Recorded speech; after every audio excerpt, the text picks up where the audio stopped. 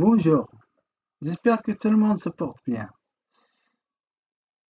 Aujourd'hui, nous allons étudier une algèbre très simple appelée algèbre de Boole. Cette algèbre a été inventée par le mathématicien anglais George Boole en 1847. Le but de cette algèbre est l'étude des circuits électriques en utilisant des équations.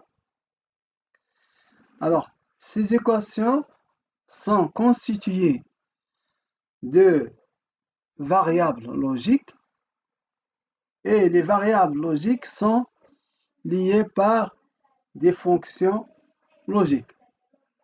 Alors, qu'est-ce qu'une variable logique? Une variable logique est une variable qui peut porter n'importe quel nom, on peut la nommer A, B, X, Y, etc., mais qui ne peut prendre que deux valeurs, soit 0, soit 1. Une fonction logique est une relation entre les variables logiques. Exemple, on peut par exemple lier deux variables par un produit logique, écrire par exemple A fois B ou A plus B, etc. Les fonctions disponibles dans l'algèbre de Boole seront traitées dans la suite du cours. Logique combinatoire et logique séquentielle. Alors, dans les systèmes automatisés, on peut distinguer deux types de systèmes. Il y a les systèmes automatisés à logique combinatoire et les systèmes automatisés à logique séquentielle. Alors, pour les systèmes automatisés à logique combinatoire, vous avez un système électrique, un circuit électrique qui dispose d'un nombre d'entrées et une sortie. Dans ce cas, nous avons trois entrées A, B et C et une sortie S. Alors, l'état de la sortie dépend seulement des états des entrées. C'est-à-dire, si on connaît les valeurs de A, B et C, les valeurs logiques de ces trois entrées, on peut déterminer l'état de la sortie. Exemple de circuit, vous avez ici une lampe commandée par deux contacts A et B. Le tout relié aux deux fils d'alimentation neutre et phase. Alors A et B sont les entrées et L, c'est la variable de sortie. Alors pour les contacts A et B, si le contact est fermé, par exemple A, le contact A est fermé, donc on dit que A égale à 1. Si A est ouvert, A égale à 0. La même chose pour B. Pour la lampe, donc vous avez aussi deux états. Si la lampe est éteinte, elle égale à 0. Si la lampe est allumée, elle égale à 1. La table de fonctionnement de ce circuit est appelée table de vérité. Il est donné ici. Donc, elle comporte trois colonnes. Deux colonnes pour les entrées, donc la colonne A, la colonne B et la colonne N pour la sortie. Donc à chaque état des entrées correspond à un état de sortie. Donc on peut revenir sur le circuit pour expliquer le fonctionnement du circuit à partir de la table. Alors si vous avez A égale à 0, B égale à 0, ça veut dire l'interrupteur A est ouvert et B est ouvert.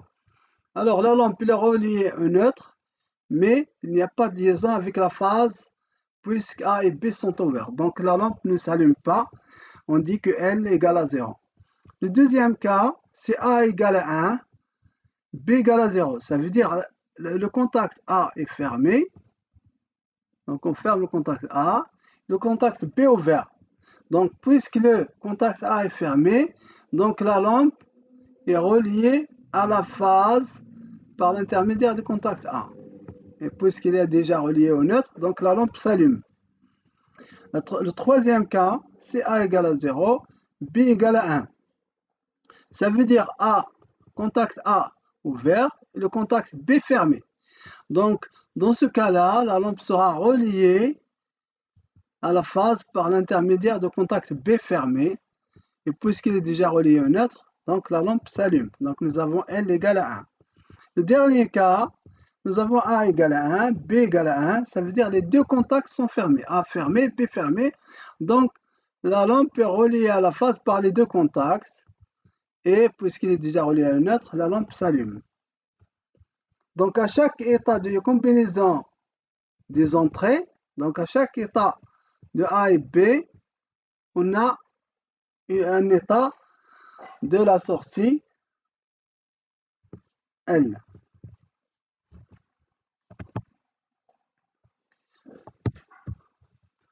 Alors, pour les systèmes combinatoires à logique séquentielle, donc vous avez un système automatisé à logique séquentielle. Alors, elle dispose de 3 entrées A, B, C. Un exemple, c'est tout simplement un exemple. Et en sortie, mais on voit qu'il y a un retour de la sortie sur l'entrée. Alors, dans ce cas-là, on dit que pour connaître l'état de S, il faut connaître l'état de A, l'état de B, l'état de C, et connaître aussi l'état précédent de la sortie du système.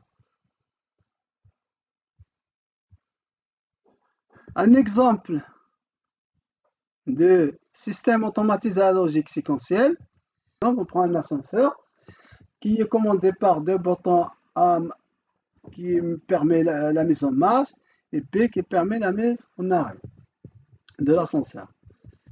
Donc la table de vérité ici, donc il comporte 4 colonnes. Vous avez en fait A et B, le bouton de commande, et vous avez la position de l'ascenseur, puis la sortie qui permet de commander le moteur, qui permet de faire descendre ou de remonter le moteur. Donc ici, connaissant l'état de A, B, seulement on ne peut plus déterminer la sortie S.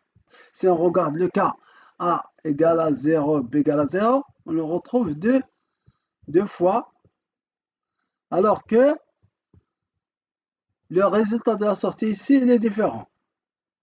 Donc, comment on a pu déterminer l'état de la sortie? Il faut connaître A et B et connaître aussi la position de l'ascenseur. Dans ce cas-là, on dit que les variables d'entrée ne sont plus suffisantes pour déterminer la sortie d'un système automatisé à logique séquentielle. Dans ce cours, on se limitera seulement à l'étude des systèmes automatisés à logique combinatoire. Dans ce cours, les systèmes automatisés à logique séquentielle ne seront pas étudiés. Ils seront l'objet d'un autre cours ultérieur. Le prochain cours traitera les fonctions de base de l'algèbre de Boole. C'est la fin de ce cours. Merci pour votre attention.